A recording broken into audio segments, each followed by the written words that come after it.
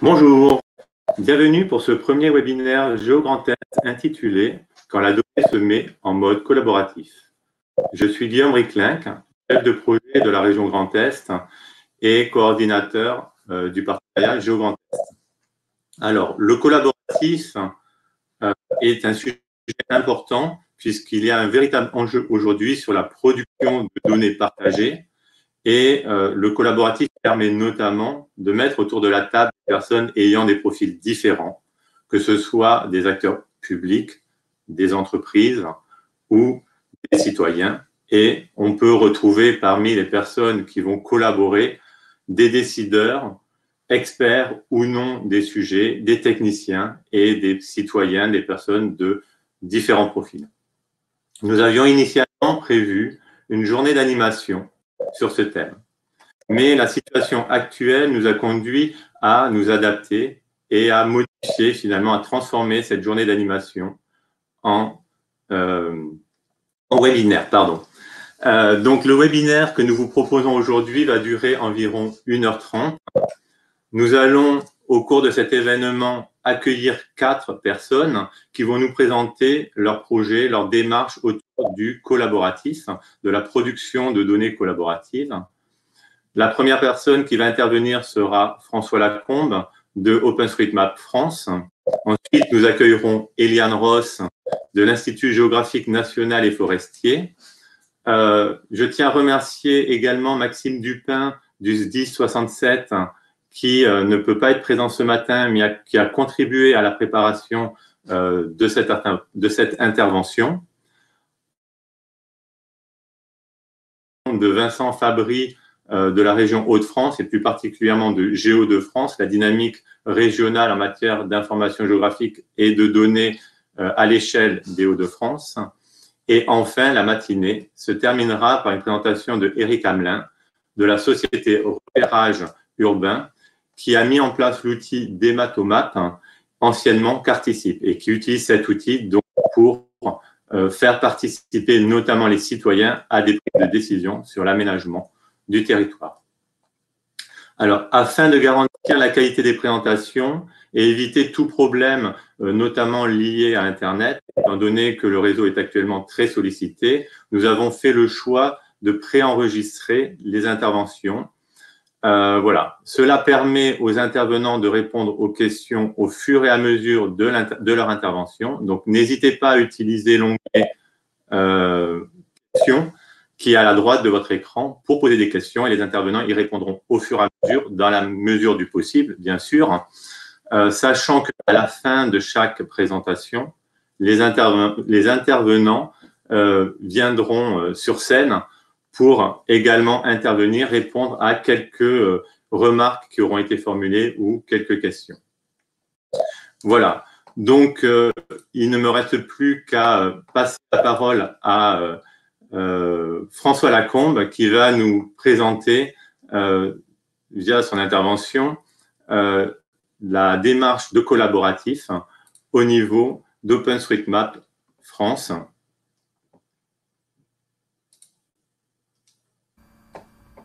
Bonjour à tous et merci Guillaume de nous laisser nous exprimer ce matin pour l'introduction de ce webinaire de GeoGrandTest, donc sur la production collaborative de données. Je m'appelle François Lacombe, je représente l'association OpenStreetMap France qui est en charge de la promotion des usages du projet donc libre et mondial de cartographie OpenStreetMap ici en France. Et je vais avoir l'occasion de vous expliquer quelles sont les organisations et les données que nous produisons dans le cadre de ce projet. Alors, si on s'intéresse déjà en premier lieu à qu'est-ce que OpenStreetMap, alors c'est un projet qui a démarré en 2004, qui a été créé par Steve Coast, qui s'apercevait donc à cette époque que les données géographiques allaient devenir un sujet extrêmement stratégique et qu'il n'était pas question de laisser ça entre les mains que de quelques entreprises. Et donc il fallait créer une plateforme aussi ouverte et simple que possible sur laquelle tout le monde allait pouvoir contribuer. Donc c'est véritablement une base de données topologique qui nous intéresse aujourd'hui. Topologique parce que si on rentre légèrement dans la technique, on y ajoute un tout petit nombre de primitives géographiques, hein, des points, des chemins, des zones, sur lesquelles on vient apposer des attributs qui viennent véritablement marquer la différence entre un arbre et une place de parking, par exemple, sont les attributs qui viennent marquer cette différence et qui nous permettent ensuite de proposer trois grands types de services, notamment les rendus graphiques, hein, les cartes glissantes que vous connaissez certainement, les services de géocodage pour la gestion des adresses notamment, et puis le routage hein, pour calculer des itinéraires.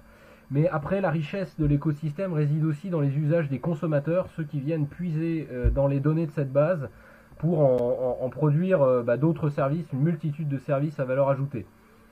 Alors depuis 2004, la communauté n'a cessé de croître, hein, puisque on a passé le 6 millionième contributeur en janvier de cette année, pour des usages qui se développent de plus en plus. Si on regarde en termes de gouvernance, comment ça s'organise, parce que y a quand même des points très très intéressants dans l'organisation de la communauté. On a d'abord une fondation de droit britannique hein, qui représente la marque, qui fournit les moyens de contribution basique, hein, la base de données et l'API, qui permet à la communauté de contribuer. Mais évidemment, les 6 millions de contributeurs dont je parlais juste avant ne sont pas membres de ces organisations, de la fondation, mais aussi des chapitres locaux, comme OpenStreetMap France, qui est établi en France. Hein. On voit sur cette carte qu'il y a un certain nombre d'associations qui représentent la fondation au niveau local, 8 actuellement, principalement basés en Europe, mais aussi des groupes locaux, qui sont eux sur les 5 continents, qui viennent animer la communauté. Ce sont les gens finalement qui s'organisent entre eux, hein, puisque y a très très peu de bureaucratie. Évidemment, la fondation ou les chapitres locaux ne donnent pas de règles forcément sur la contribution. Il y en a que très très peu, hein, des principes très simples de vérifiabilité et de licence. Hein. On ne peut pas utiliser des données sous copyright. Mais sorti de ça, c'est la communauté qui s'auto-saisit des sujets qui l'intéressent et qui guide finalement sa contribution, ce qui donne quelque chose d'assez riche, hein. On le voit dans les statistiques de contribution, puisque quand on regarde au niveau mondial de quoi est composée cette communauté, on voit déjà que le nombre de membres enregistrés, là pris début janvier, ne cesse de croître. C'est une croissance linéaire depuis longtemps maintenant. On a beau avoir dépassé 6 millions de membres, on continue à recruter. De plus en plus de gens s'intéressent à ce que produit le projet, aux perspectives qu'il offre. Et donc à ce titre, de plus en plus de gens viennent contribuer. Quand on regarde ceux qui sont déjà contributeurs, comment ils contribuent, alors il y en a eu par exemple, évidemment les 6 millions de membres ne contribuent pas à chaque instant, en permanence. Il y en a que seulement, je dirais, 4000 qui ont contribué ces dernières 24 heures, avec notamment 2200 qui ont téléchargé plus de 15 nœuds. Vous vous souvenez dans la base de données des nœuds, des chemins, le nœud reste un indicateur très important, donc il y en a 2200 qui en ont fait plus de 15, avec par contre sur les 7 derniers jours et les 30 derniers jours des statistiques plus grandes évidemment, puisque c'est respectivement 16 300 membres et 40 000 membres qui ont contribué sur le mois dernier, avec un contexte aujourd'hui un peu particulier, puisque en étant en confinement évidemment, ce sont des périodes propices pour une contribution à distance, pour des gens qui cherchent à être utiles hein, aussi, donc on a plus de temps, et c'est vrai que là les gens s'investissent de manière encore plus massive. Ce qu'on voit, c'est que la contribution se fait aussi majoritairement en semaine, contrairement à ce qu'on pourrait penser. On a plus d'un tiers de contributeurs en plus la semaine que le week-end. Vous le voyez sur la deuxième courbe, avec 4000 le week-end et 6000 contributeurs quotidiens par jour. Et puis également, on voit cette hausse hein, naturelle sur les 7 et 30 derniers jours, évidemment, avec la croissance qui est traduite par la contribution hebdomadaire. Si on se focalise maintenant un peu plus sur la France, au niveau national, la communauté française se situe au 3e rang par rapport à un ordre. Hein. Je dirais que le classement n'est pas forcément ce qui est important, il est par contre révélateur de la manière dont on contribue. Donc il est vrai qu'en France, avec les quelques 265 membres quotidiens, on se situe en dessous des États-Unis et de l'Allemagne, qui au maximum ont 500 personnes qui contribuent par jour. Donc Il y a une démarche d'animation évidemment à mener pour favoriser cette contribution toujours plus, de sorte à pouvoir tenir la base à jour, hein. C'est un réel enjeu là-dessus. Alors plus de détails sur cette collaboration en France. On retrouve la typologie de contribution hebdomadaire avec un focus qui est mis en semaine, hein, où on retrouve ce rapport d'un tiers en plus, hein, la semaine. Mais là, si on regarde un peu plus les nœuds créés, vous imaginez sur 24 heures, 45 000 nœuds qui ont été téléchargés dans la base de données. Donc vous imaginez, au bout d'une semaine, au bout d'un mois, au bout d'une année, ce que ça peut représenter. Si vous voulez en avoir une idée pour voir un peu le volume que ça représente en direct, vous avez un site, un live.openstreetmap.fr, auquel vous pouvez vous connecter et vous rendre compte en temps réel des contributions qui sont faites et de comment la communauté réagit là-dessus. Alors, la promesse de ce projet, c'est véritablement de casser des silos, de manière bienveillante, hein, bien sûr, parce que comme toute plateforme, on va apporter des choses, des avantages, si possible, à nos institutions, aux organisations et puis finalement aux citoyens, parce que ces synergies qui sont trouvées dans les différentes contributions de nos contributeurs, eh bien, permettent à tout un tas de dispositifs, de pratiques, d'évoluer, de trouver de nouvelles données et à jour. Et c'est dans cette mesure, hein, qu'on espère pouvoir offrir un large panel d'éventail. Bon, tout ce que je vous ai expliqué, c'est une belle promesse, mais maintenant je vais vous montrer un peu comment ça se passe, parce qu'on est principalement guidé par le terrain. Il faut savoir qu'au début, on partait d'une feuille blanche, hein, il y avait rien, donc il a fallu tracer des routes, il a fallu tracer les chemins, le bâti, etc. Et on a commencé par collecter des traces GPX, donc des géométries retraçant un itinéraire suivi avec un GPS. Et on les a téléchargés dans la base de sorte à pouvoir commencer à dessiner quelques routes. Et puis après, ça s'est développé, on a eu des premiers outils thématiques sur lesquels les utilisateurs pouvaient se focaliser sur un domaine de contribution en particulier. Et puis un concept dont vous avez certainement entendu parler, la cartopartie, où un groupe d'utilisateurs se retrouve sur le terrain à la recherche d'objets propres à une thématique, ou tout simplement pour améliorer la cartographie d'un lieu en particulier. Je soulignais dans le même temps la disponibilité de données de plus en plus nombreuses en ligne pour contribuer de chez soi, sans avoir forcément à se déplacer sur le terrain. Ça reste la plupart du temps nécessaire parce qu'il faut confirmer ce qu'on voit sur les données en ligne, hein, et recouper. Mais on note par exemple le très bon partenariat signé avec l'IGN et renouvelé l'année dernière à l'occasion de notre conférence annuelle, qui met à disposition gracieusement la BD Orthos. C'est une aide inestimable, je dirais, sur la contribution, parce que la qualité de ces images nous permet largement de compléter la base, c'est certain. Mais aussi la DGFIP avec le cadastre, hein, qui dès 2009, il me semble, nous donnait l'autorisation de contribuer en nous appuyant sur les planches cadastrales pour le bâti. Et puis les nombreux jeux de données ouverts, de plus en plus nombreux d'ailleurs, et les photos libres disponibles sur Mapillary. Donc ce sont autant d'outils finalement qu'on utilise pour produire le contenu dont il s'agit. Et ce contenu, le voici. Ce que propose OpenStreetMap, c'est donc des données, je dirais, uniquement statiques, sans changement dans le temps, mais surtout vérifiables sur le terrain. Tout ce que nous ajoutons à la base est visible sur le terrain, doit l'être. C'est un des principes fondateurs de nos contributions. Donc là, vous voyez un double numérique, hein, de la gare de Nancy, dans lequel on a pu retracer l'emplacement des voies, des quais, des équipements, ainsi que le bâti, toute la logistique urbaine autour de cela, parce que c'est vraiment l'optique de produire ce double numérique qui nous anime, pour ensuite bâtir là-dessus. Alors c'est pas le seul sujet de collaboration qui nous anime, parce que comme je l'ai dit, la base de données fonctionne avec des attributs. Et vu qu'il n'y a pas forcément de décideur unique, hein, dans la direction de ces attributs, il y a un principe aussi qui existe.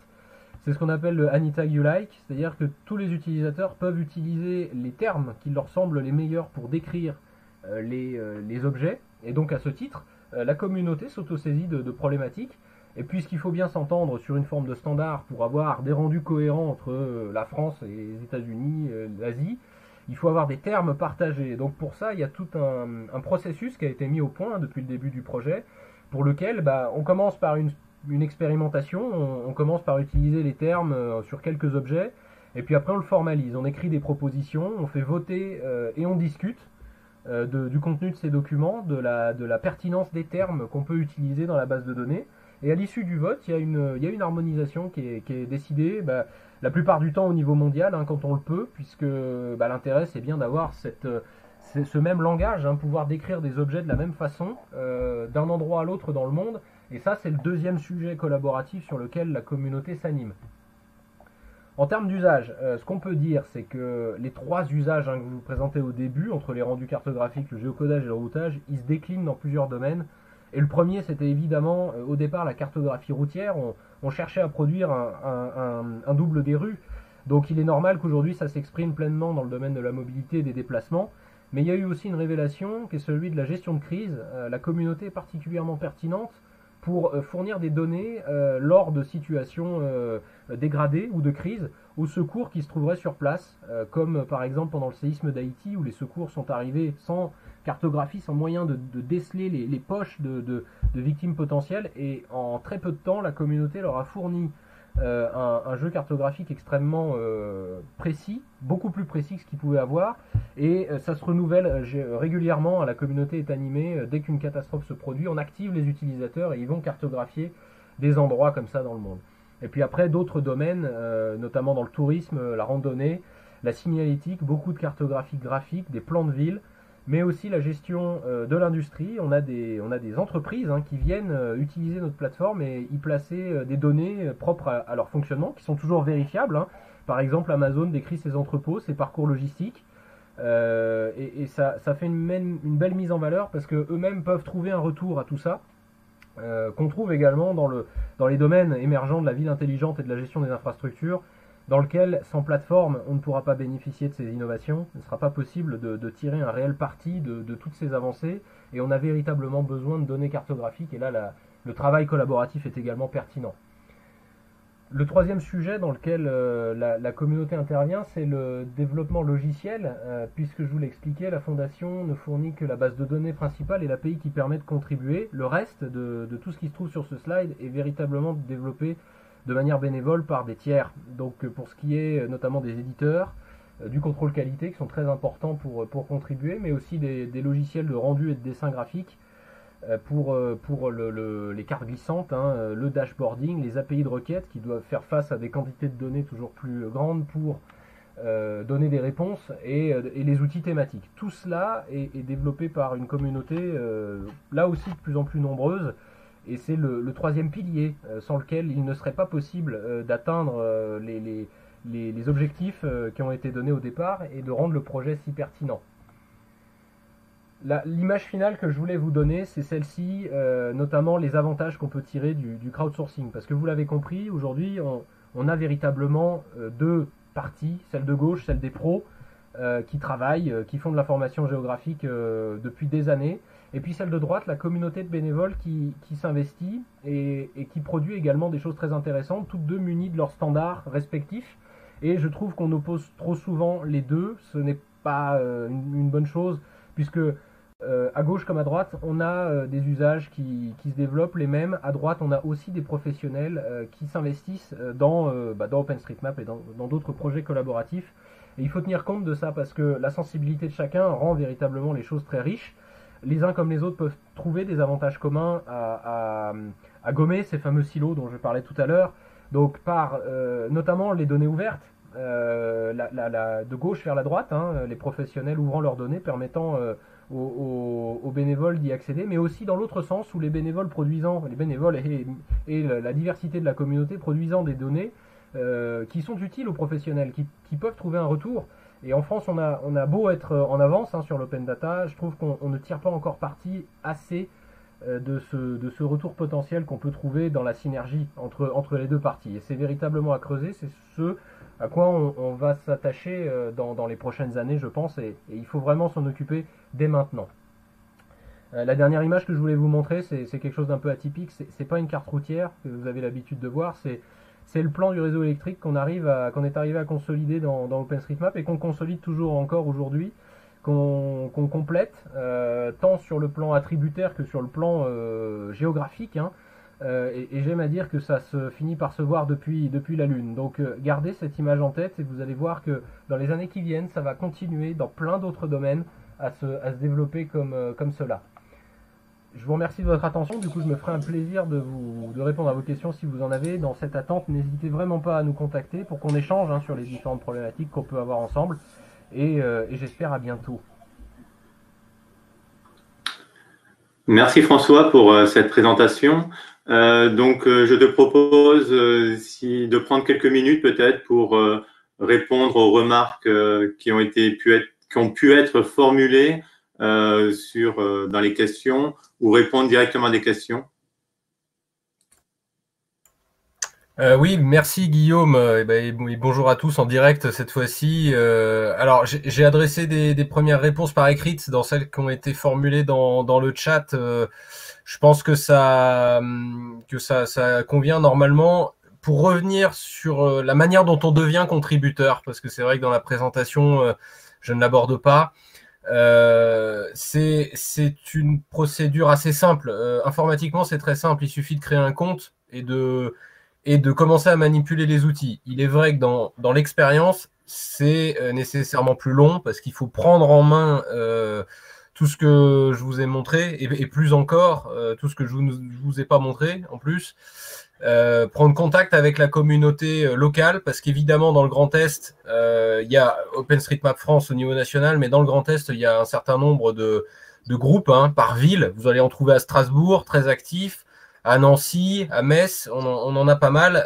Je pense que si ça vous intéresse vraiment, il faut prendre contact avec ces gens-là, que vous pouvez trouver sur les réseaux sociaux, sur nos mailing lists, sur openstreetmap.fr.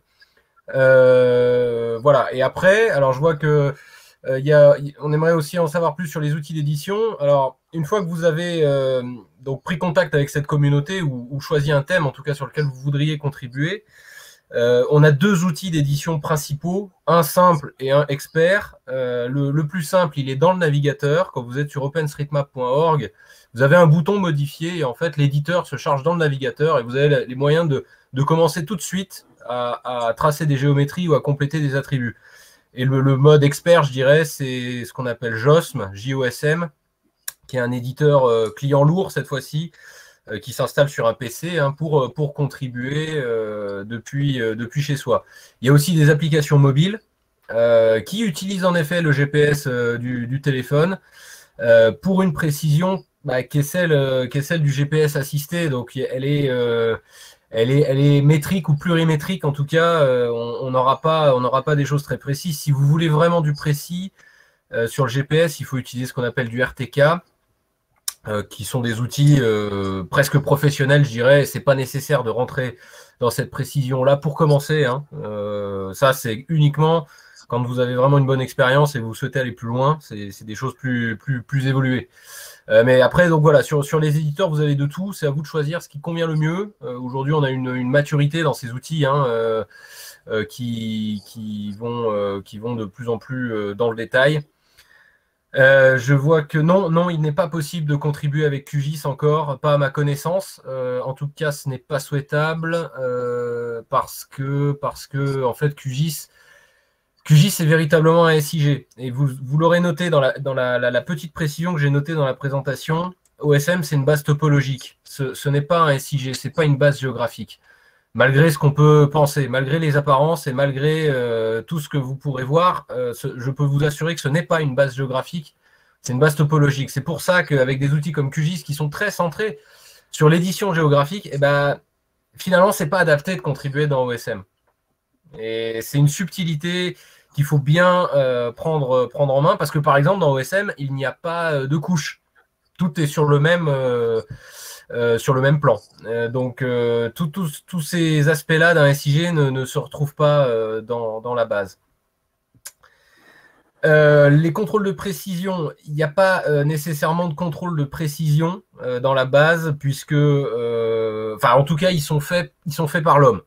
Quand on a accès à la base, la BD ortho de l'IGN, par exemple, qui est de très bonne qualité sur les images, les gens ont les possibilités de recaler les objets. Et donc, ce gain en précision, il est fait à la main uniquement, il n'y a pas de relevé. On peut éventuellement apporter de l'open data.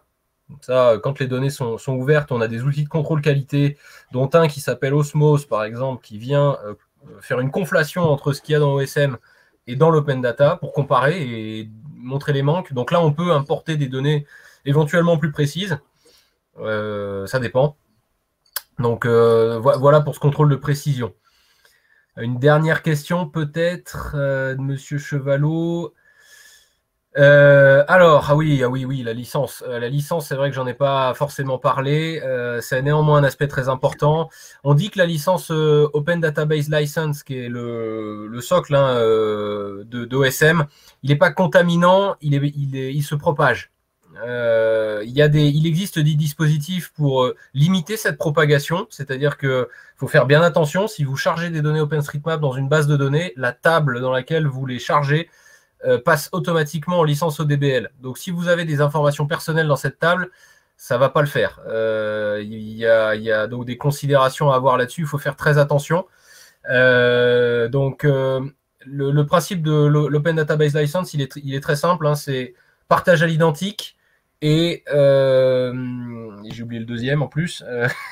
En tout cas, partage à l'identique, ça c'est sûr, c'est-à-dire que dans les mêmes conditions, et attribution évidemment, il faut obligatoirement attribuer OpenStreetMap en indiquant que c'est des données qui viennent de cette source, et aussi penser aux sources qui sont derrière OpenStreetMap. Et il faut les citer également. C'est les deux principes vraiment qui se propagent, hein, sur les bases dans lesquelles vous pouvez importer des données. Cette propagation, elle n'existe pas quand on fonctionne avec des couches. Quand vous avez une couche OSM, une couche de données métiers, la couche de données métiers est préservée sous une licence propriétaire. Voilà ce que je peux dire aujourd'hui. Je ne vais pas monopoliser le truc, parce qu'on pourrait passer la matinée sur les licences et sur le côté réglementaire. Donc je me tiens à votre disposition pour le préciser si vous avez des cas d'usage plus précis. Merci beaucoup, François. Il y a un écho. Donc, en fait, pour les personnes qui assistent au webinaire, vous pouvez continuer à poser des questions. Les questions auxquelles on n'a pas répondu en direct, de toute façon, on les reprendra ultérieurement et on vous apportera une réponse un peu plus tard. Il n'y a aucun souci. Pour information également, je comptais le dire en conclusion, mais je vais le dire maintenant puisque la question a été posée. Les présentations seront naturellement diffusées également, et le webinaire est enregistré, donc l'ensemble des échanges sont également enregistrés pour être revus ultérieurement.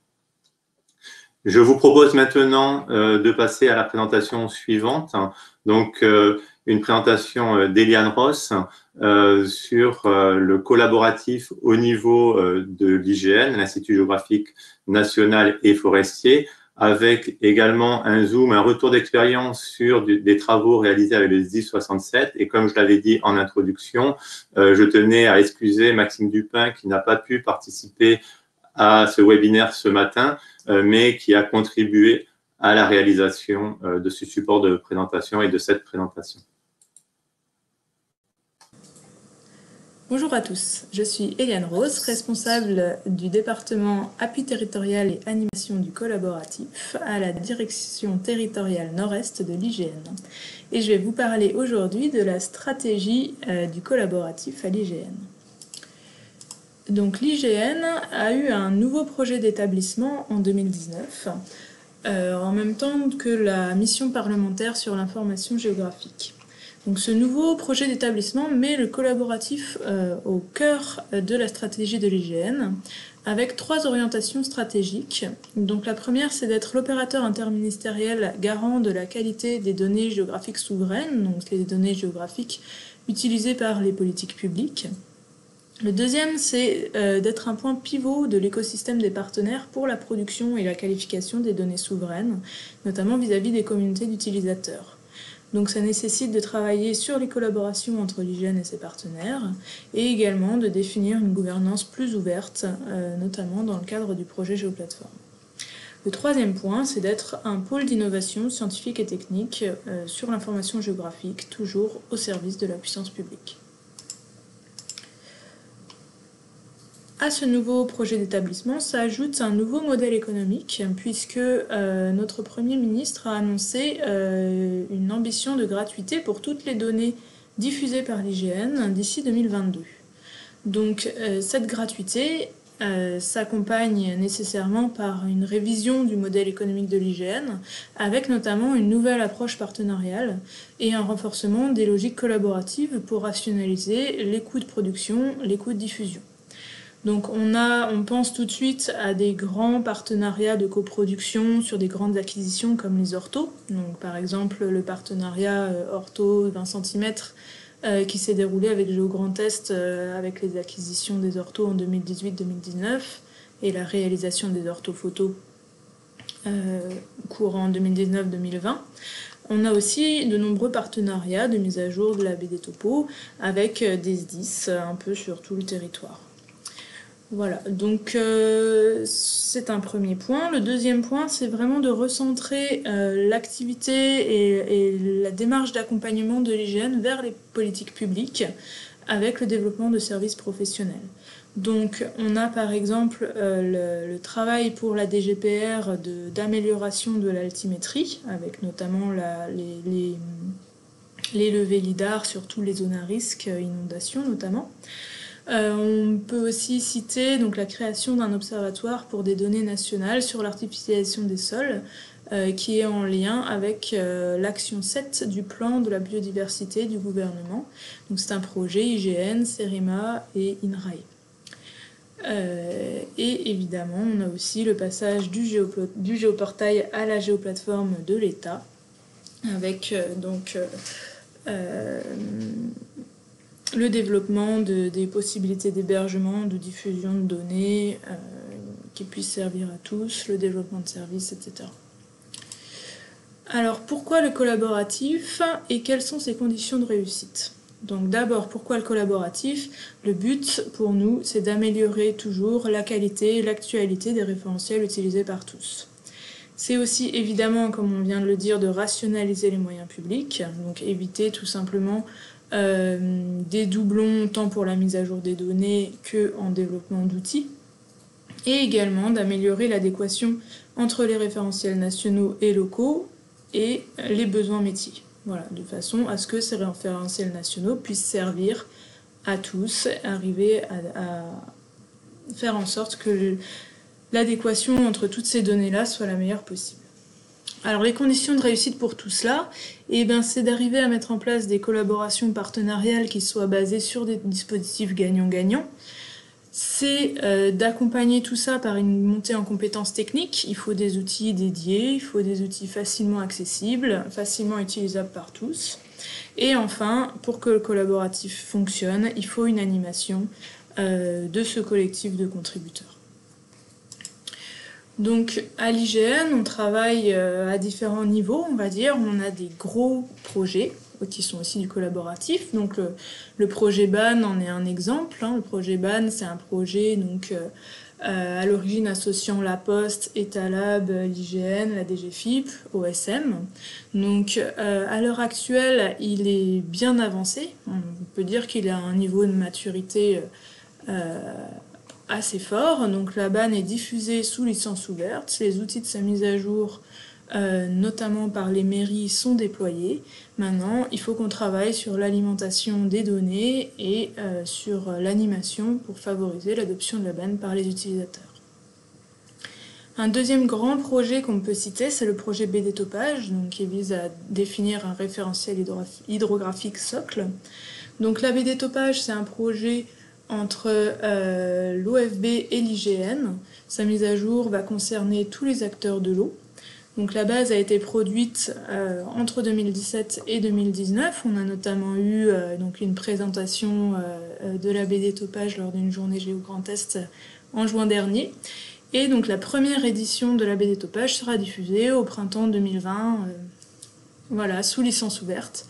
Voilà, le dispositif de mise à jour collaborative est en cours, en phase de co-construction en ce moment, dans un groupe de travail en région Auvergne-Rhône-Alpes. Un troisième grand projet qu'on peut citer, c'est le projet BD Forêt collaborative. Donc là, qui vise à travailler avec l'ONF pour arriver à donc à mettre à jour cette baie des forêts de façon concertée avec l'ONF. Donc il y a une étude des convergences des spécifications en cours, des tests d'initialisation. Donc là, on est sur un projet collaboratif qui est un petit peu moins mature, qui est plus au début des réflexions. Ça, c'est des grands projets. Donc les 3 projets dont je viens de vous parler, c'est des gros projets qui sont en place avec des grands acteurs. On a aussi un collaboratif qui est peut-être à un niveau un peu plus accessible par la plupart des organismes qui visent à mettre à jour donc, nos référentiels nationaux. Et pour cela, on a un outil qui s'appelle l'espace collaboratif. Donc, l'espace collaboratif, c'est une plateforme qui permet de faire de l'envoi et du suivi de signalements géolocalisés, d'une part. Elle permet d'autre part de constituer ou de modifier une base de données géographique. Une troisième fonctionnalité consiste à donner un accès aux données, donc soit en visualisation, soit en extraction. Et enfin, donc, il y a toute une fonctionnalité de gestion de la gouvernance des projets, des bases de données, via le paramétrage de groupes et de comptes utilisateurs. Donc ces fonctionnalités, comme je disais, on peut les mettre en œuvre pour l'entretien des référentiels nationaux comme la baie des topos, ou alors dans le cadre de projets plus spécifiques sur des bases de données à créer et à entretenir collaborativement. Donc cet espace collaboratif, en fait, c'est tout un écosystème puisqu'on a un site web, donc espacecollaboratif.ign.fr, une API, ici, et plusieurs outils qui utilisent l'API. Donc ces outils, on va avoir une application mobile sur smartphone, des plugins SIG pour les grands SIG du marché, on va dire GeoConcept, ArcGIS, QGIS. Voilà. Et puis comme c'est une API, eh bien, en fait, elle peut être appelée, utilisée par tout un tas d'autres logiciels clients, moyennant quelques développements. Elle peut aussi être interfacée avec des systèmes existants pour permettre justement de passer de système à l'autre toutes des informations du type signalement. Alors maintenant, pour préciser un peu le propos, on va revenir sur donc la collaboration entre le SDIS 67 et l'IGN autour de cet espace collaboratif. Donc les premiers échanges ont eu lieu au printemps 2019, donc entre l'IGN et le SDIS, pour voir un peu comment on pouvait travailler ensemble de manière un peu coordonnée. On s'est rapidement mis d'accord sur le fait qu'on avait les deux organismes, IGN et SDIS, avaient tout intérêt à travailler en commun. Et donc la première phase de ce travail en commun, ça a été d'appareiller les deux bases, donc de mettre en cohérence la base du SDIS avec la BD Topo notamment. Donc ce travail-là a été fait par le SDIS 67 et ils ont envoyé à l'IGN tout un ensemble de modifications à effectuer sur les données IGN pour prendre en compte les données provenant du SDIS. Donc ces retours ont été intégrés par l'IGN à l'automne 2019. Et ensuite, au niveau du SDIS, donc ils ont travaillé à totalement automatiser le processus de signalement et d'intégration des mises à jour de la baie topo dans les systèmes du SDIS, tout cela étant basé donc, sur l'espace collaboratif. Ce qui fait qu'en mars 2020, ils sont à l'heure actuelle prêts pour la mise en production, qui va probablement être un petit peu décalée du fait des événements récents, mais là, c'est prêt. Donc pour vous donner un petit schéma de principe de cette collaboration, voir comment ça marche. Donc le début de la chaîne est ici, on va dire. Le SDIS a une nouvelle information à mettre à jour dans sa base routière. Donc, par exemple, un nouveau lotissement. Donc il va, lui, traiter cette information dans une base temporaire, dans son système. Et ensuite, à partir de cette base temporaire, il va alimenter sa base à lui et en même temps faire un signalement à l'IGN via l'espace collaboratif. Donc voilà, il crée ce signalement. Donc l'IGN, toujours via l'espace collaboratif, récupère les signalements. Il va pouvoir y répondre, dire OK, signalement pris en compte, et intégrer les informations dans la BD topo.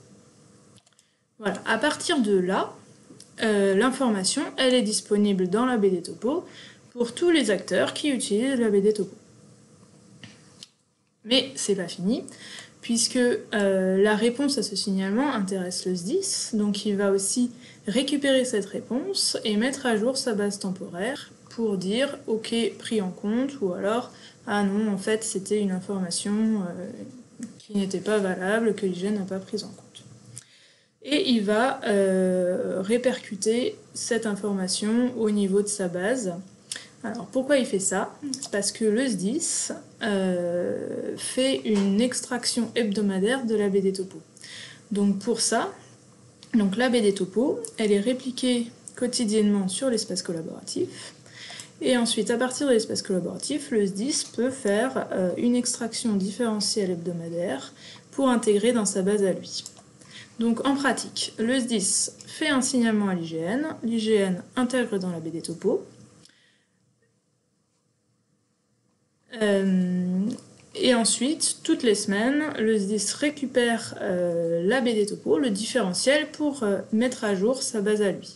Ce qui fait qu'on a cette partie-là qui sert en fait à éviter les doublons entre l'objet temporaire qu'aura mis le SDIS pour être sûr qu'il l'a en cas d'alerte sur cet objet et l'objet qui vient de l'extraction BD topo. Donc on a ce petit retour ici pour traiter ces doublons-là et être sûr qu'il n'y a pas de scories comme ça dans la base de données du SDIS. Mais là, on a bouclé la boucle. Donc on a les signalements du SDIS à l'IGN et le fait que le SDIS récupère donc toutes les informations des modifications apportées à la BD topo une fois par semaine. Voilà. Alors, donc les bénéfices de tout ça, c'est quoi ? Eh bien, c'est tout simplement pour le SDIS de pouvoir faire une mise à jour hebdomadaire de ces données à partir de la BD topo. Donc il bénéficie ici de la qualité géométrique et attributaire des données BD topo, tout en préservant l'actualité des données qui est indispensable à son fonctionnement, et ce via ce mécanisme d'objet temporaire. Et donc, il va bénéficier directement du travail de mise à jour en continu des données IGN, donc alimenté par de la veille documentaire, l'intégration de données nationales, les autres partenariats, l'intégration des données BAN, etc., etc. Ça, c'est le bénéfice pour le SDIS. Pour l'IGN, le bénéfice vient tout simplement de ces alertes terrain qui peuvent venir des pompiers, mais aussi de beaucoup d'arrêtés municipaux qui sont plus souvent envoyés au SDIS qu'à l'IGN. Les mairies pensent plus souvent, et c'est tant mieux, à la sécurité de leurs concitoyens que à mettre à jour les cartes. Et du coup, nous, ce partenariat via le SDIS nous permet de récupérer plus rapidement de la donnée. Et pour tous les autres partenaires, eh ben, le bénéfice, il dérive du pot commun, entre guillemets. C'est-à-dire que toutes les améliorations qui ont été faites sur la BD topo dans le cadre de l'intégration des données SDIS, eh ben, tout le monde en profite, enfin tous les utilisateurs de la BD topo en profitent. Et dans l'autre sens, communiquer de l'information à l'IGN revient à la communiquer au SDIS, puisque le SDIS fait une mise à jour hebdomadaire, et revient également à la communiquer à tous les autres partenaires qui utilisent la BD topo. Donc le retour d'expérience du SDIS sur l'utilisation des outils IGN est plutôt positif. Donc avant cette phase d'automatisation, le SDIS utilisait le plugin QGIS pour faire les signalements. Donc ils m'ont dit que l'outil était pratique d'utilisation et qu'il répondait bien aux besoins. Ensuite, donc, il y a eu cette volonté du SDIS de passer à un fonctionnement plus fluide et donc la volonté d'automatiser l'ensemble du processus. Donc cela, ils l'ont fait grâce à l'utilisation de l'API de l'espace collaboratif via FME Server, et donc le SDIS en est très satisfait. Alors ils ont eu quelques petites difficultés au moment de mettre en place ce fonctionnement, donc ça a été un manque de documentation de l'API signalement de l'espace collaboratif et l'absence d'API pour les extractions.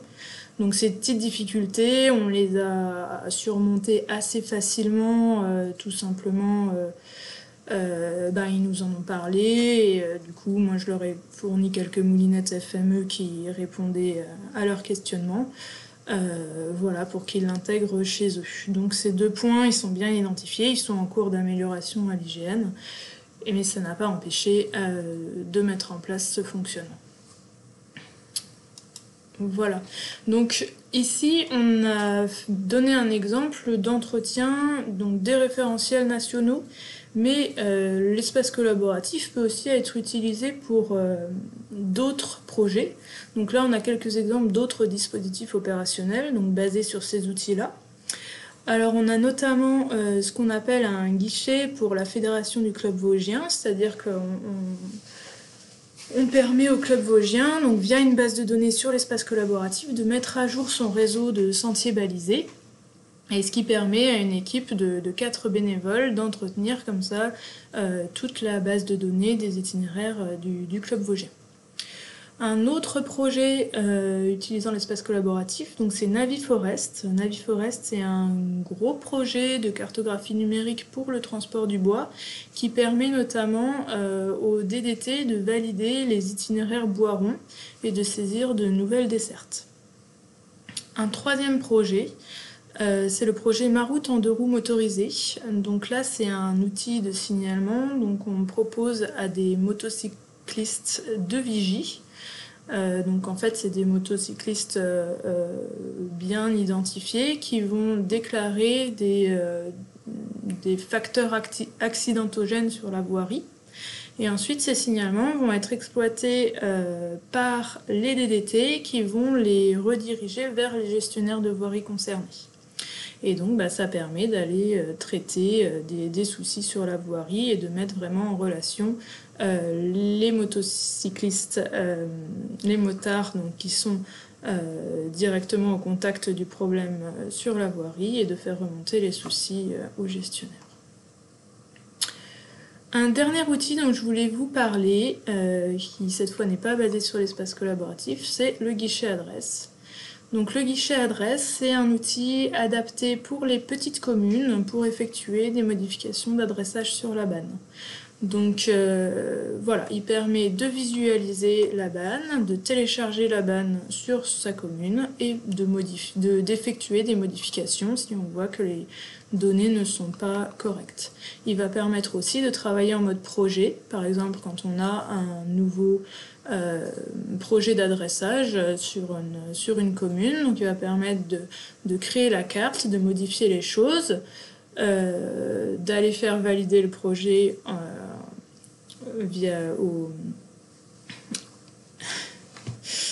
au niveau de la commune, et ensuite, si c'est validé, d'enregistrer directement les modifications dans la banne. Voilà, un petit panorama des différents outils du collaboratif qui existent à l'IGN.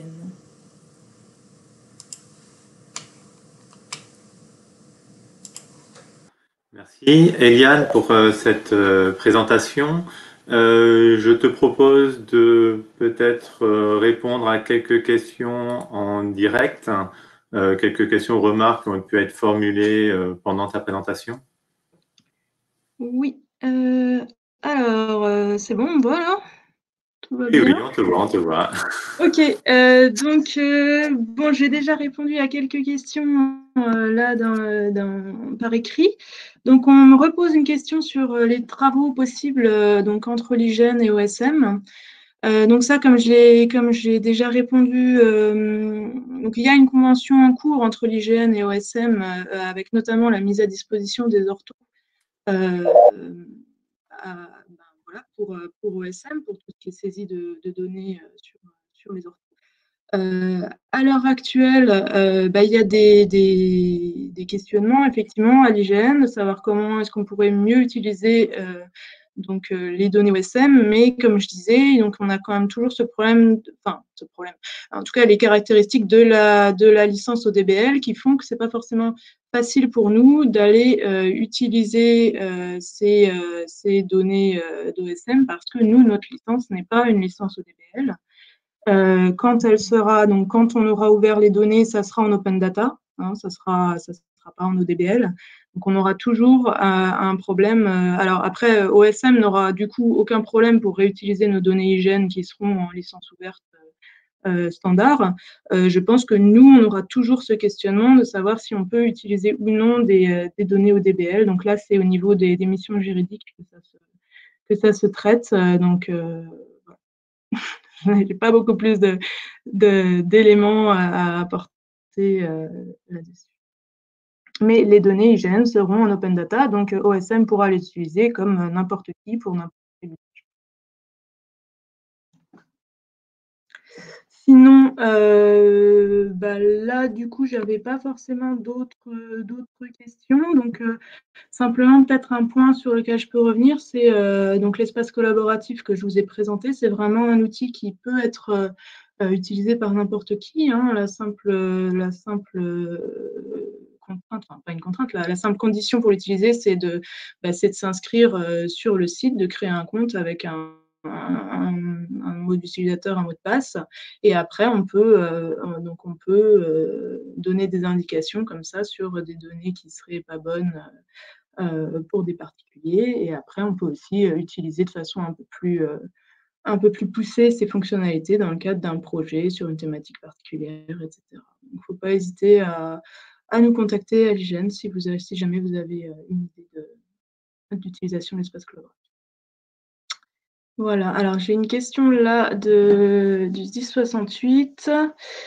Oui, voilà, oui, c'est un témoignage. Donc au 1068, effectivement, Monsieur Angel, donc il saisit à la fois sur OSM et sur l'IGN via l'espace collaboratif. Donc voilà, effectivement, on peut faire les deux. Après, je comprends que ce soit un petit peu fastidieux.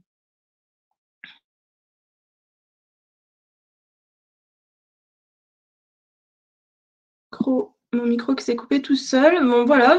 Du coup, je pense que de mon côté, j'ai répondu. Je vais repasser la parole à Guillaume. D'accord, je reprends la parole et puis je vais proposer qu'on passe à la présentation suivante. En tout cas, merci beaucoup Eliane pour ta présentation et puis les réponses aux questions. Merci à toi. Donc, la présentation suivante, c'est une présentation d'un outil et d'une démarche mise en œuvre au niveau de Géo-de-France, donc la plateforme données, notamment données géographiques de la région Hauts-de-France. Et donc, c'est une présentation qui va être réalisée par Vincent Fabry, que l'on retrouvera bien sûr après la présentation pour répondre à vos questions directement. Donc, n'hésitez pas pendant la présentation à continuer à poser vos questions sur cette présentation ou sur les présentations précédentes. Bonjour, ici Vincent Fabry, l'administrateur de la plateforme d'information géographique régionale Géo-de-France. Géo-de-France, c'est une plateforme d'information géographique qui réunit les deux anciennes plateformes Géo-Picardie et la Pépige en Nord-Pas-de-Calais. Géo-Picardie, en son temps, avait mis à disposition de ses utilisateurs un logiciel qui s'appelait L49, qui permettait de faire des signalements sur les travaux de voirie qui concernent les réseaux. Donc les opérateurs de réseau pouvaient signaler sur une carte que tel jour, à tel endroit, à tel moment, il y allait avoir des travaux pour faire passer les fourreaux et que donc d'autres opérateurs pouvaient en profiter pour faire passer des câbles dans le fourreau. Ça permet toujours d'ailleurs de limiter les travaux sur la voirie et de faire venir la mini-pelle 4 fois au même endroit. Ça concernait que les opérateurs de réseau qui utilisaient ce logiciel, et il se trouve que du temps de Géo-Picardie, ce logiciel a fini par avoir un bug et ne fonctionnait plus. Au moment du lancement de Géo-de-France, on s'est posé la question de relancer ce logiciel, et on s'est dit que, vu les coûts de développement pour corriger ce bug, on s'est dit que quitte à mettre de l'argent là-dedans, on pouvait élargir le périmètre, parce qu'on avait des demandes d'utilisateurs pour pouvoir faire des signalements sur d'autres sujets que les travaux de voirie qui concernaient les réseaux. Donc on a sondé un peu quelques utilisateurs et on a trouvé opportun de financer une application qui permettrait de faire tout type de signalement. C'est comme ça qu'est né le projet GeoContrib. GeoContrib, c'est donc une application de signalement participatif qui permet à plusieurs utilisateurs de venir signaler tout type d'objet. Donc, ce que vous avez sous les yeux, c'est la page d'accueil du serveur de test. Il se trouve que GeoContrib n'est pas encore tout à fait disponible en production sur GeoDefrance. Ça va l'être dans les jours qui suivent, si tout se passe bien à la mi-avril.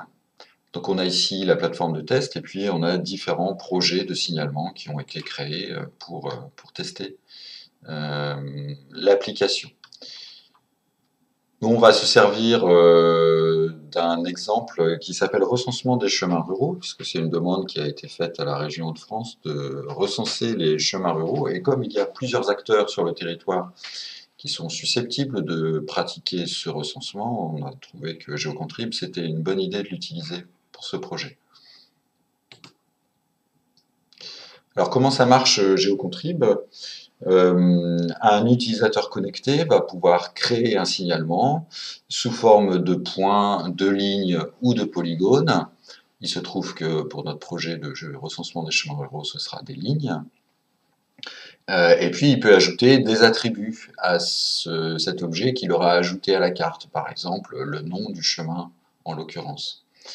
Et puis, cet utilisateur qui aura fait ce signalement, il va donc le proposer. Si le projet est modéré, parce que l'application permet de mettre en place des mécanismes de modération, le modérateur va pouvoir accepter ce signalement. Ça, c'est une première action possible. Et puis, les autres utilisateurs vont pouvoir commenter ce signalement. Qu'est-ce que ça veut dire? Ça veut dire rajouter un commentaire sous le signalement en disant, par exemple, je suis pas tout à fait d'accord sur la dénomination de ce chemin, ou je suis pas d'accord sur sa localisation géographique. Et puis l'utilisateur qui a créé le premier signalement, il va pouvoir répondre à ce commentaire, et puis il y a un fil de discussion qui va pouvoir s'installer pour converger vers éventuellement un bon signalement. Je vais donc simuler ici l'ajout d'un signalement au projet de recensement des chemins ruraux. Je vais cliquer sur le petit plus « Ajouter un signalement ».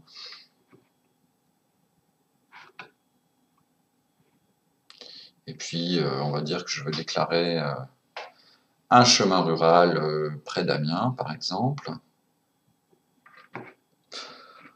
Le fond de carte est un petit peu long à s'installer, à s'afficher parce que je suis à la maison et que ma connexion internet n'est pas terrible. On donne un titre à son signalement, le chemin rural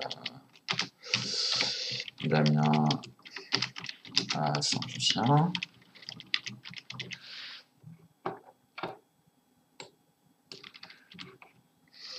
Ici, on va lui donner un statut de brouillon, de publier ou d'archiver. Je vais lui laisser un statut de brouillon pour que je puisse revenir sur ce signalement ultérieurement. Une description, chemin partiellement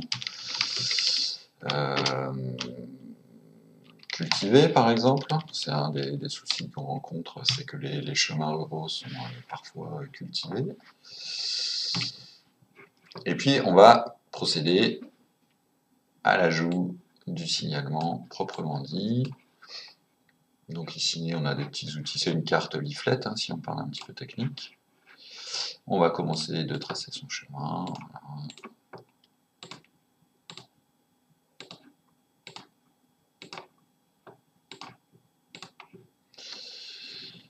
Ensuite, il y avait un certain nombre d'attributs qui avaient été définis au moment de la création du projet. Donc la largeur du chemin, imaginons que le chemin fasse 5 mètres.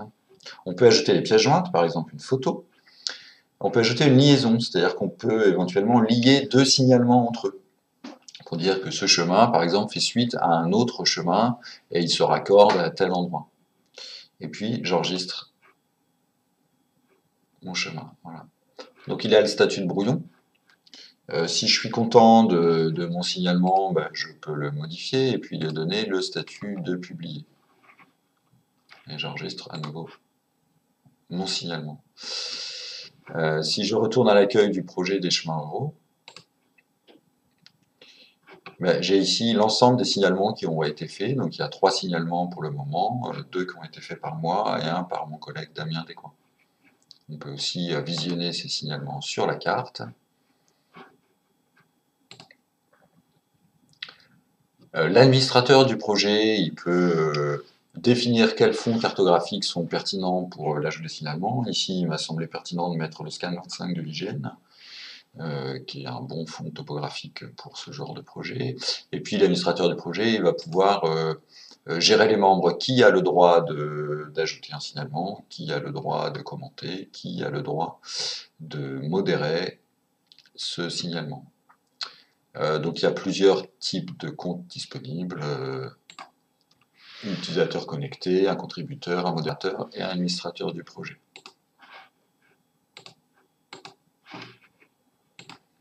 Ici, je suis sur la page d'accueil de mon projet de signalement et on voit tous les paramètres disponibles. Donc déjà la petite carte avec l'ensemble des signalements qui ont été faits, la liste des derniers signalements, la liste des derniers commentaires, il n'y en a pas encore de fait sur ce projet.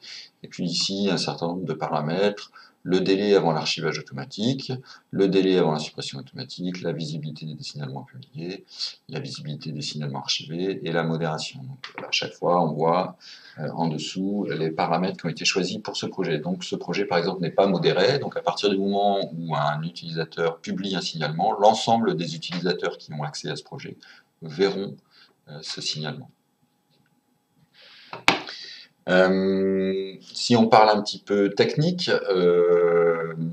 cette application GeoContrib, elle va être intégrée à la plateforme Géo de France et donc va hériter des droits des utilisateurs déjà enregistrés sur la plateforme. Ce qui fait que l'administrateur de la plateforme pourra donner les droits qu'on a vus tout à l'heure, c'est-à-dire modérateur, administrateur, utilisateur connecté, aux utilisateurs de la plateforme pour qu'ils puissent utiliser l'application GeoContrib. Si on continue dans la technique, l'ensemble des signalements est stocké dans une base de données PostgreSQL et on peut très bien imaginer que l'application étant couplée à Géo de France, ces signalements soient publiés en flux WMS, WFS et ainsi visibles directement dans une visionneuse cartographique. Ce qui veut dire que on peut passer directement de l'application GeoContrib où un utilisateur va pouvoir signaler des objets dans un projet à la visualisation cartographique dans une visionneuse. Mais cette application GeoContrib n'est pas obligatoirement intégrable dans une plateforme d'information géographique, elle peut être utilisée de manière autonome. Et d'ailleurs, le code source est publié sur le compte GitHub du prestataire qui l'a développé, NeoGeo Technologies. C'est un logiciel libre que vous pouvez tout à fait réutiliser, installer chez vous, mettre en place. Et il se trouve que cette application a été aussi développée en mode responsive design, c'est-à-dire qu'il est utilisable sur des téléphones mobiles et sur les tablettes, ce qui peut être intéressant pour faire des signalements directement sur le terrain. Si on a du réseau là où on est sur le terrain, on peut tout à fait se connecter à l'application, profiter de l'antenne GPS de son téléphone mobile, par exemple, et puis de faire des signalements directement. Ou bien de prendre des photos géolocalisées sur le terrain et de les intégrer à l'application. Alors chez Géo de France, quand GeoContrib sera définitivement mis en production, on a un certain nombre de cas d'usage qu'on a déjà identifiés. Il y a le recensement des chemins ruraux, mais on a été aussi sollicité par la direction de l'environnement du Conseil régional pour mettre à disposition, par exemple, cette application pour signaler les décharges sauvages et les dépôts d'ordures sauvages sur le territoire. Voilà, les cas d'usage sont nombreux. D'ailleurs, on pourrait même imaginer mettre cette application à disposition des citoyens pour, par exemple, commenter, signaler des avis suite à la publication d'un plan local d'urbanisme, par exemple. Voilà, j'espère que j'ai réussi à vous montrer l'intérêt de cette application GeoContrib. N'hésitez pas à me poser des questions soit dans le webinaire, soit ultérieurement à l'adresse courriel vincent.fabry@hautdefrance.fr. Merci.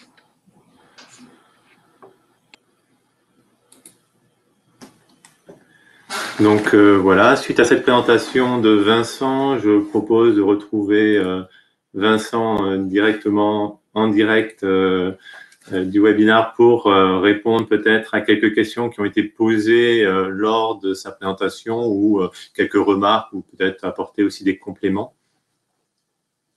Vincent, je te laisse la parole. Ah. Visiblement, on a un problème, un souci technique avec Vincent. Donc, c'est tout l'intérêt de préenregistrer les présentations.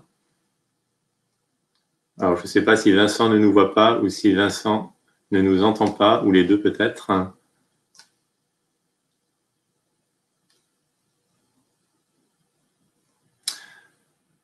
Donc, je vais proposer qu'on passe directement à la présentation suivante. Et peut-être on donnera la parole à Vincent ultérieurement, puisque actuellement nous avons un souci technique. Ok, donc la présentation suivante, c'est la présentation d'Éric Hamelin qui va nous parler de Débatomap, donc un outil qu'il a mis en place et qu'il utilise au niveau de son entreprise, de sa société, pour recueillir l'avis des citoyens sur des projets, notamment d'aménagement du territoire. Donc, je laisse la parole à Éric pour nous présenter cette démarche et cet outil. Bonjour à tous, je suis Éric Hamelin et je vais vous parler de l'outil de cartographie participative de concertation développé pour concerter sur l'aménagement des villes et des territoires par mon bureau d'études Repérage Urbain. Alors, je me présente brièvement. Donc, je suis Éric Hamelin, sociologue urbaniste, consultant et responsable du bureau d'études Repérage Urbain qui applique des méthodes sociologiques et de sciences humaines en aménagement de la ville, des territoires, la construction, l'habitat. Je suis également enseignant dans des instituts tels que l'École spéciale des travaux publics à Paris ou l'École d'urbanisme de Paris. Et je suis strasbourgeois d'origine et j'y ai effectué mon parcours de sociologie à l'Université de Strasbourg dans les années 90. Le bureau d'études repérage urbain a été créé en 2004. Au départ, j'étais avec un associé. On a travaillé pour tout un tas de clients essentiellement publics et parapublics, des collectivités locales, des bailleurs sociaux et également des sociétés publiques locales, comme des sociétés d'aménagement, ou des SPLA ou des SEM. Nous avons développé dans le cadre de nos activités des méthodes de concertation diverses, des méthodes de consultation diverses de la population. Et pour cet usage, nous avons développé également des outils numériques, parmi lesquels je vais vous parler aujourd'hui d'un outil qui est un outil cartographique qui s'appelle désormais Débatomap, mais qui s'appelait au départ Carticipe quand il a été créé en 2012 dans sa première version, qui s'appelle désormais Débatomap, qui a été déployé dans plus de 35 projets, et puis même désormais on est à plus de 40 expérimentations de concertation à durée déterminée avec cet outil cartographique, appliqué principalement à la planification urbaine, aux plans locaux d'urbanisme, mais aussi à des projets urbains divers, j'y reviendrai certainement. Alors, l'objectif à la création de cet outil, dans sa première version, lancé fin 2012 à Laval, en Mayenne, dans le cadre d'une concertation pour la révision du PLU, l'objectif était d'élargir et de faciliter le débat avec les citoyens et entre citoyens sur un sujet assez pointu qui était la planification urbaine, c'est-à-dire la création du droit des sols dans les projets d'urbanisme, qui est une problématique un petit peu complexe pour le citoyen. Donc, notre parti pris, ça a été de plutôt chercher comment faire en sorte que les citoyens puissent s'exprimer de façon simple sur leur cadre de vie,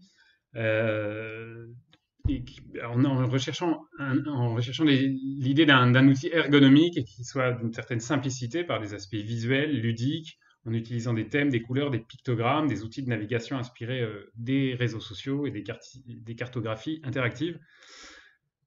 Et avec l'idée que les citoyens puissent s'exprimer librement de façon à élaborer un diagnostic participatif de leur territoire, de leur ville. Cet outil donc de cartographie prend à peu près l'allure que vous voyez sur cette capture d'écran, avec plusieurs outils d'expression libre et d'incitation à être constructif. On propose aux citoyens de choisir un pictogramme sur des thématiques qui sont déclinées, vous le voyez ici, en plusieurs sous-thématiques, c'est-à-dire sous forme de pictogrammes. Et on oriente comme ça l'expression du citoyen qui va glisser un petit pictogramme sur la carte et va être incité à s'exprimer sur des sujets assez concrets. Et avec l'idée aussi de s'exprimer avec des formulations positives, c'est-à-dire qu'on leur demande ces pictogrammes et ces petites vignettes qui vont poser sur la carte sont appelées des idées ou des propositions ou des suggestions. Donc on propose aux citoyens d'exprimer des propositions concrètes en somme. Alors sur cet outil numérique de participation, on y a intégré dès le début les fonctions de commentaires et de vote pour ou contre, de façon à ce que les citoyens soient invités à débattre entre eux, et dans l'idée de pouvoir repérer des convergences et des divergences de points de vue qui pouvaient enrichir ensuite le diagnostic public dans le cadre d'un projet de territoire. Il s'agissait aussi de filtrer par cette manière un certain nombre de lobbies autoproclamés qu'on peut rencontrer dans le cadre de concertation sur des projets urbains, où des gens vont aller faire une pétition et dire mais nous, notre projet, votre projet, on est contre. Là, dans cet outil, on a la possibilité de au moins constater s'il y a du pour et du contre dans certaines prises de position des citoyens. Et puis avec l'idée de proposer une idée plutôt que de juste se positionner toujours à la dernière minute en opposition éventuellement à un projet. Dans l'outil, on a également intégré dès le départ des concepts qui visaient à stimuler la participation, avec notamment un effet visuel de proportionnalité des votes, c'est-à-dire que vous le voyez sur cette capture d'écran, on a des petites bulles donc, qui représentent les idées, les pictogrammes déposés par les citoyens, l'un après l'autre, et l'accumulation des votes produit un effet de rond proportionnel. Et vous voyez ici, par exemple, une bulle qui remporte un solde de votes pour et contre qui est de 164. Elle va s'afficher, elle va devenir de plus en plus grosse proportionnellement par rapport aux autres petites bulles sur la carte, avec un algorithme dont je vous passe le détail de maximum, minimum, de façon à ce qu'on n'ait pas une bulle qui, comme dans une cartographie géographique, envahirait toute la surface de notre page web. Là, dans cette idée, on a aussi, dans cette idée de stimuler la participation, on a pensé dès le départ qu'on pouvait, dans un outil comme ça, proposer 3 niveaux d'engagement. Les 3 niveaux d'engagement du citoyen, c'est-à-dire selon sa motivation à participer de façon plus ou moins construite.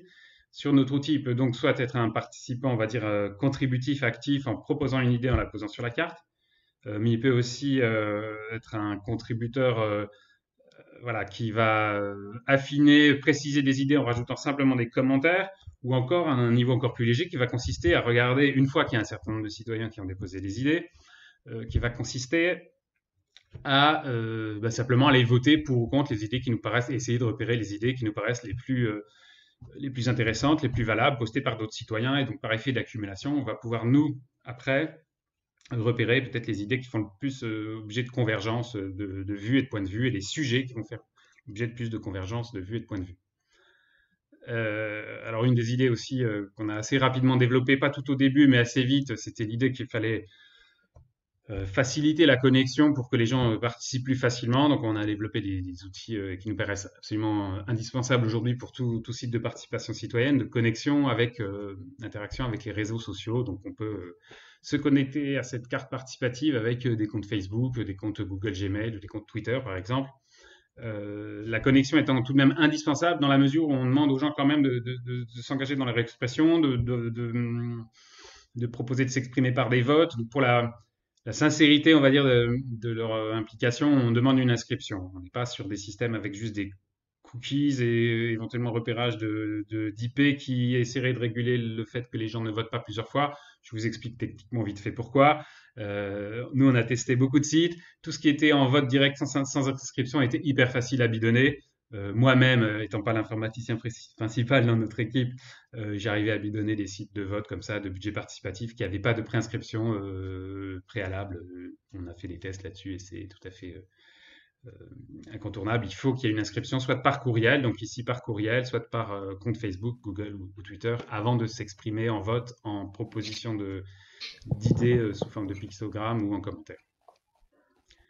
Alors, un outil numérique, je tiens quand même à dire, parce que là, je vous ai expliqué un peu les principes de base de notre outil. Un outil numérique ne suffit pas à stimuler la participation en soi. Nous, ça fait maintenant quand même plusieurs années qu'on en fait l'expérience.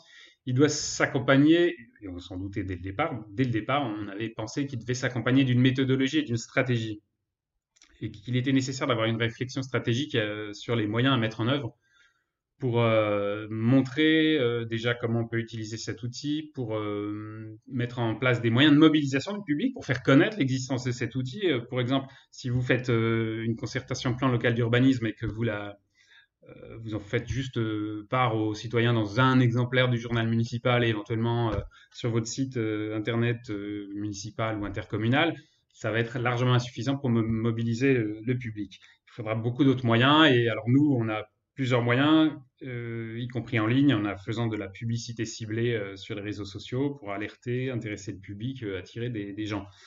Il est important de chercher à avoir une mobilisation relativement large pour avoir une forme de représentativité ou du moins de diversité des publics dans le cadre d'une concertation. Il est important de faire savoir aussi pour nous, pour assurer le droit à l'expression de chacun.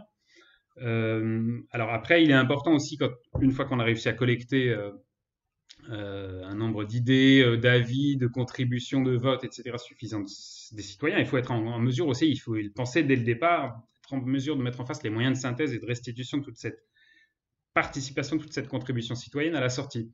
Et il faut également être capable de démontrer les impacts de cette concertation sur les projets, sur éventuellement l'inflexion de la réflexion dans certains projets, sans quoi vous allez décrédibiliser votre démarche et la fois d'après, votre population locale aura plus de mal à vous suivre. Voilà, notre objectif général, notre réflexion stratégique, en général, on met ça sous l'intitulé de la recherche d'une efficience d'une démarche de participation. Pour ça, pour nous, dans la pratique de cette cartographie participative, il y a 3 dimensions indispensables que je vais vous résumer sous cette petite forme graphique.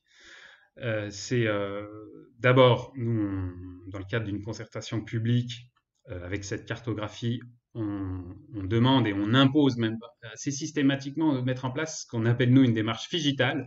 Alors, une démarche phygitale, c'est une démarche de terrain, une démarche physique, si vous voulez, de débat physique, et en parallèle de la démarche digitale. Et ce qu'on essaie de représenter par ce petit schéma, c'est l'idée qu'on peut très bien faire des démarches de terrain, comme vous le voyez sur ces petites miniatures, soit autour de tables avec des grandes cartes, soit dans des marchés avec des stands, soit dans un style de réunion publique qu'on appelle, nous, cabaret, c'est-à-dire avec plusieurs groupes autour de tables. Et on va faire travailler les gens de sorte qu'ils vont produire des idées, des réflexions sur leur territoire qu'on va reporter en fin de réunion ou de rencontre publique en plein air, qu'on va reporter aussi sur notre carte numérique, ce qui va venir polliniser et enrichir le débat qui éventuellement se tient en même temps en ligne avec des internautes qui participent de leur côté et qui va venir enrichir. Et lors des réunions publiques suivantes, on va également projeter et présenter des synthèses brèves, un petit peu rapides, de ce qui s'est débattu en ligne entre-temps. Voilà, c'est l'idée que du coup, on va varier aussi comme ça les types de publics, on va donner aussi la possibilité de loisir à tous de s'exprimer sous différentes formes. On va aussi assurer un contact direct avec un public qu'on n'arrivera jamais à toucher par les publicités, les concertations en ligne qui ne seront pas forcément à même de se connecter. C'est pour ça que nous on fait souvent aussi des démarches sur les marchés. On se met dans un stand sur un marché avec des grandes cartes, avec des petits post-it qui représentent un peu nos pictogrammes. Et on propose aux gens de s'exprimer directement. On va aller chercher les gens vraiment au pied des commerces. Et on va reporter tout ça sur notre carte numérique.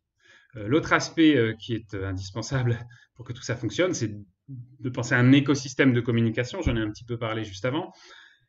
Il ne faut pas se contenter du site institutionnel et du site et de la carte numérique de participation.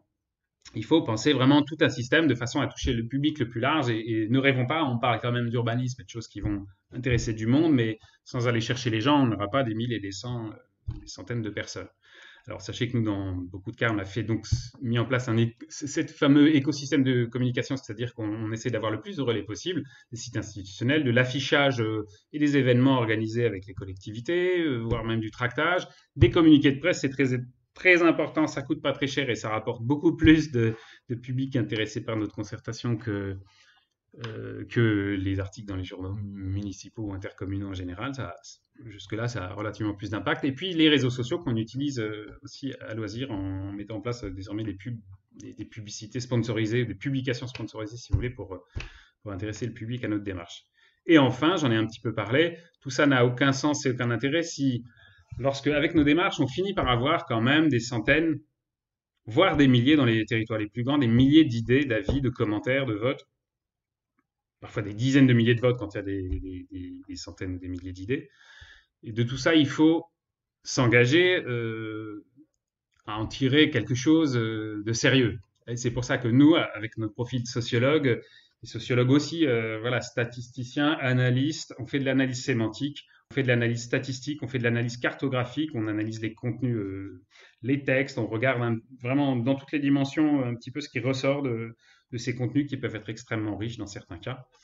Comme je vous le dis, parfois ça se compte en centaines, en milliers d'idées. Pour exemple, rapide, on a fait des concertations par exemple sur la métropole de Grenoble, on avait 2500 contributions sous forme d'idées et plusieurs dizaines de milliers de votes sur ces idées. Oui, un petit zoom encore sur nos démarches digitales. Vous voyez comment on essaye de proposer différents outils qui peuvent voilà, renvoyer vers l'outil numérique et que les deux puissent fonctionner ensemble. On pratique aussi parfois les versions portables. Évidemment, notre cartographie est aussi optimisée en design responsif, c'est-à-dire qu'il s'optimise un petit peu pour les téléphones mobiles. Voilà, un petit zoom sur la stratégie ciblée et petit zoom sur le bilan analytique pour finir. Je vous montre, juste pour finir, peut-être vite fait, un petit exemple de cartographie interactive actuellement en activité, puisque au-delà des concertations PLU, on a lancé cette année sur plusieurs villes dans le cadre de la préparation des élections municipales avec des médias locaux, ici à Strasbourg, avec rue 89 Strasbourg, des cartographies de débats urbains, indépendants là en l'occurrence de ce qu'on fait habituellement, c'est-à-dire indépendants des collectivités locales. Simplement voilà, pour faire exister notre démarche, pour l'améliorer, pour la tester dans un autre cadre. C'est quelque chose qu'on avait déjà fait lors des précédentes élections municipales sur 2 villes. Cette année, on a décidé de le faire sur 7 villes. On offre cet outil donc sous l'intitulé Débatomap 2020, ici sur Strasbourg, donc qui s'intitule et que vous pouvez retrouver sous le lien strasbourg.débatomap2020.com, puisque sous l'effet des événements actuels, notre démarche est prolongée en attendant l'arrivée d'un deuxième tour éventuel des élections municipales. Donc vous pouvez toujours aller consulter et contribuer à cette carte sur Strasbourg pour les gens du Grand Est qui sont vers Strasbourg, et vous verrez là que on a fait mener cette démarche depuis début janvier et qu'on a ici accumulé plusieurs centaines d'idées des citoyens qui ont d'ailleurs, je crois, inspiré déjà certains candidats aux élections municipales de Strasbourg, et avec un débat, avec des propositions posées par des citoyens, des votes, tout un tas de choses qui vous intéresseront pour ceux qui sont près de Strasbourg, et puis même si vous êtes ailleurs dans le Grand Est, vous pourrez aller regarder ça de près. Voilà, et je me tiendrai à disposition pour répondre à des questions, et une bonne journée à tous.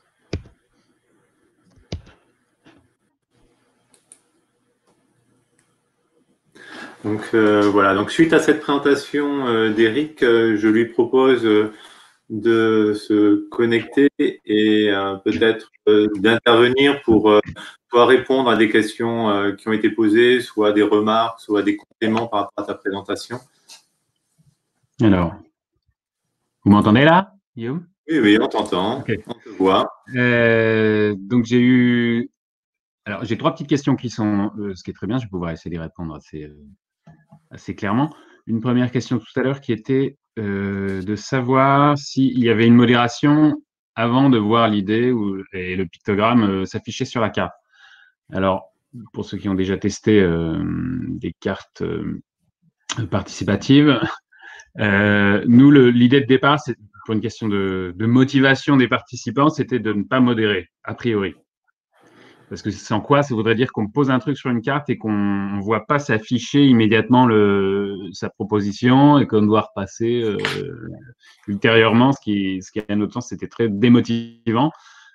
Donc, on a retenu le principe de la modération dite a posteriori, ce qui permet d'avoir une participation plus dynamique. Et on a des personnes du coup qui nous mettent assez volontiers plusieurs remarques et qui vont les commenter. On a une espèce d'interaction comme dans un forum qui est assez dynamique. Et la modération a posteriori, on a nous simplement mis en place un dispositif d'envoi de notification par email aux modérateurs. Les modérateurs, ça peut être notre équipe plus des personnes de l'intercommunalité concernées par le débat. Et voilà, et en gros, si on a 3-4 personnes qui sont co-modérateurs, on est largement assez réactif, sachant que l'expérience prouve que l'orientation vers des propositions très concrètes avec la forme d'expression, forme de pictogramme, fait qu'on a de toute façon très peu de dérapage. On a très peu de choses à modérer, vraiment au sens radical du terme. On fait essentiellement de la modération douce, c'est-à-dire qu'on va corriger des petites fautes d'orthographe, rectifier des gens qui se trompent de pictogramme ou qui ont un peu la flemme de choisir le pictogramme adéquat. Le reste, les invectives arrivent très très peu, beaucoup moins que dans les forums et surtout dans les commentaires de presse. Voilà, ça c'était pour la première question. La deuxième question portait la question de Antoine Richard portait sur combien de votes avez-vous en moyenne sur chaque projet. Alors j'ai répondu, je l'ai évoqué dans la présentation, pour des projets sur des territoires assez grands. J'ai parlé de Grenoble. On a également fait une concertation plan local d'urbanisme il y a 2 ans sur la métropole européenne de Lille, donc un territoire énorme de plus d'1 million d'habitants. On avait eu, je me suis remis les chiffres sous les yeux, plus de 2000 personnes participant en ligne et plus de 2500 idées et plus de 20 000 votes. Et ça, c'est des grands territoires. À l'inverse, on a fait aussi un certain nombre de concertations sur des intercommunalités beaucoup plus petites. Alors, j'ai sorti un exemple là, pour vous donner, évidemment, je ne vous donnerai pas de moyenne de participation puisqu'on a donc des tailles de territoire extrêmement différentes qui ont eu recours à cet outil et cette démarche. Donc, l'autre exemple, c'est un territoire qui s'appelle les Villes-Sœurs, une intercommunalité d'environ 30 000 habitants. Voilà, on est à l'échelle beaucoup plus petite que les 2 grands territoires que je vous ai cités. Et là, on a eu à peu près 480 participants, mais en incluant les gens qu'on a fait participer dans des démarches de rue. Et là, à peu près 1 millier de votes des participants. Donc, ça reste assez modeste, mais on est sur un territoire petit où il n'est pas si facile que ça de trouver une population qui est prête à participer, à s'impliquer sur quelque chose d'aussi complexe qu'un PLU. Et on va, je vous dis, les chercher, comme je l'ai expliqué dans ma présentation, jusque devant les supermarchés ou dans les marchés pour inciter les gens à s'exprimer de leur point de vue sur leur territoire. Alors, troisième question, on me demandait si des Matomates étaient une solution hébergée ou installée chez le client. Alors, jusqu'ici, dans la plupart des cas, je dirais même l'essentiel de nos projets, pour une question de facilité technique et pour proposer une solution rapide à mettre en œuvre et finalement relativement moins coûteuse, on a proposé une solution hébergée par nous.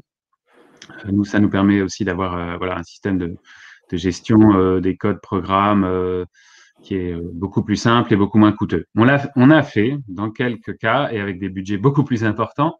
Personne ne m'a posé la question du budget. Je vais vous donner 2 exemples. Dans certains cas, on a fait solution installée chez le client, mais je vous donne une échelle de prix. Solution installée chez le client, on l'a fait pour SNCF Réseau, pour un débat sur toute la région Normandie qui était lié à la question d'un projet de ligne nouvelle ferroviaire. Et alors là, la carte interactive avait notamment pour fonction de permettre à tout un chacun de repérer les lieux sensibles sur le plan de l'environnement. Donc, budget considérable pour cette opération. Vous imaginez l'échelle et l'entreprise concernée. Et donc, nous, on avait un budget global pour le suivi de cette opération qui était de 100 000 €. Ce n'est pas négligeable. En revanche, quand on est sur une petite interco, comme je vous l'évoquais tout à l'heure, de 30 000 habitants, pour installer la solution technique et pour animer 6 rencontres de terrain dans des marchés, des supermarchés, et puis pour restituer un bilan de cette phase de concertation, on était sur un budget inférieur à 20 000 €. Donc, dans ce cas-là, on propose, pour être dans un budget raisonnable pour ces petites intercos, une solution hébergée sur nos serveurs, ce qui est beaucoup plus rapide et plus léger techniquement. Ça n'empêche pas d'avoir une adresse, une URL dédiée, d'acheter un nom de domaine qui fasse un raccourci, ou aussi d'avoir une version, comme on dit, iframe pour ceux qui s'y connaissent en informatique, c'est-à-dire incruster la carte également dans votre site municipal, en plus de l'accès direct sur nos serveurs. Voilà, et je vais juste pour finir, je finis là-dessus, je remets l'adresse, donc quelqu'un qui me posait la question directe là, pour participer encore sur la carte de débat tomate 2020 à Strasbourg. Je colle le lien ici, ça devrait fonctionner. Et voilà, c'est tout simplement strasbourg.debatomap2020.com. Strasbourg.debatomap2020.com. Vous pouvez tester, même si vous connaissez à peine Strasbourg, vous avez le droit de contribuer, de vous connecter. Merci Eric. J'ai proposé d'essayer de me connecter avec Vincent pour voir si il voulait réagir un peu aux questions qui lui ont été posées pendant sa présentation, puisque tout à l'heure ça n'a pas fonctionné, c'est un peu les aléas du direct. Et puis ensuite, il me restera à conclure suite à la présentation de Vincent. Vincent, est-ce que c'est possible? Merci Guillaume. Est-ce que vous m'entendez? Oui. L'image étant pas très bonne, je pense que je vais couper la caméra. Ça évitera les aléas. Ok. Voilà. Ok. Alors, je retourne aux questions. Je crois qu'il y avait eu 2 questions. Alors, est-ce qu'il est possible de tester GeoContrib? Donc, comme je disais dans le chat, pour l'instant, ce n'est pas possible. Mais d'ici le 15 avril, GeoContrib sera installé sur la plateforme GeoFrance. Et on peut très bien imaginer qu'on puisse se créer un compte sur la plateforme et accéder à l'outil sur un projet test. Enfin, je pense que c'est tout à fait envisageable. Alors ensuite, il y avait juste avant, il y avait une question sur les chemins ruraux. Oui, on a été sollicité par l'association, alors je ne sais plus, je ne connais pas le nom exact de l'association qui fait le recensement des chemins ruraux. On avait été sollicité par cette association pour avoir un outil pour recenser ces chemins ruraux. Et il se trouve que du coup, on a monté un projet en partenariat avec d'autres organismes que sont la Fédération française de randonnée pédestre, la Fédération régionale des chasseurs. Et je me demande s'il n'y a pas aussi la Chambre d'agriculture qui est intéressée pour ce recensement des chemins ruraux. Donc, c'est un vrai beau projet partenarial qui correspond bien à l'esprit de la plateforme, en fait, où la plateforme va mettre à disposition un outil, des specs techniques, une base de données pour pouvoir répondre à ce besoin. Et puis après, ce sont les utilisateurs qui s'en saisissent. Et donc, ça va faire un bon test pour GeoContrib. J'ai oublié de dire, si j'ai encore 2 minutes, Guillaume, dans ma présentation. Donc, j'ai expliqué comment on pouvait ajouter un signalement dans un projet. On peut aussi ajouter des signalements en masse. Si on dispose d'un SIG au bureau et qu'on a le bon modèle de données, on peut, à travers un fichier JSON, intégrer plusieurs signalements en même temps.